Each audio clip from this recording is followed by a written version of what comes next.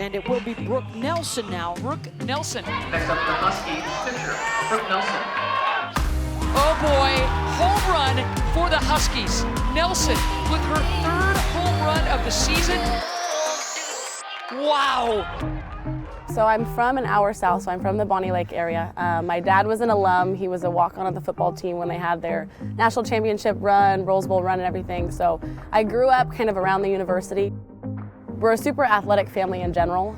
So I tried all the sports, but softball kind of stuck with me.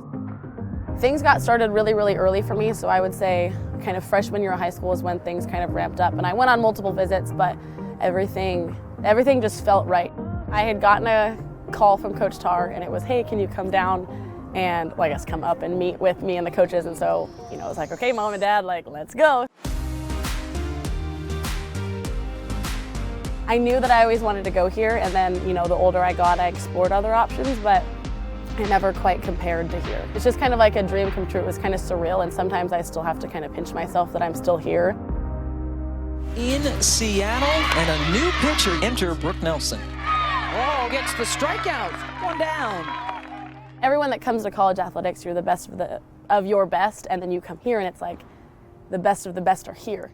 It was definitely an adjustment, but I just remember, all these feelings of anxiousness, anxiety, loneliness, self-doubt, and I didn't really know kind of what, depression, anxiety, eating disorders were. And then I think I was hit kind of with a wall freshman year. And so it got to a point where it was almost like suicidal. And I didn't want to admit it to anyone. I didn't want to admit that I was struggling because, you don't want to admit that you're struggling in general, even in athletics. You're kind of told in society and everything, culture tells you to just kind of push through things.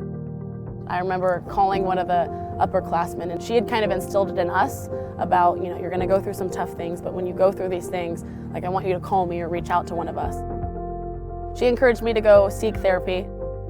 What I've really found is, being able to talk about it, and so seeing a therapist kind of bi-weekly is super important. I would say for me personally, the medication is huge. Just my brain doesn't produce the same amount of serotonin that other people do, and so that's huge. But I think it's just these real, honest conversations that, there's more people that struggle with that sort of thing than people realize. And I think once they realize that, okay, you're not alone, it's okay to not be okay, it's okay to have these conversations, I think that's kind of how the stigma gets broken. Strength is being able to be vulnerable and kind of have those conversations. And what about your dog? Yeah, she's huge. You can smile for the camera, ma'am. She's just very, yeah. Her name's Bailey. She's a chocolate lab. She's got maybe a little bit of border collie, something else mixed in her. She's got a little white on her chest, but we rescued her from the Seattle Humane Society a couple months ago. I actually have her registered as my emotional support animal, so as cheesy as that sounds. Can you go for a walk? See if you'll follow me. There's this huge stigma around just mental health. It's becoming more and more of a conversation, and just people and athletes being able to tell their story. It's like there's a human behind that uniform, and I think sometimes that's what people forget. There's honest and real things that people go through on a daily basis.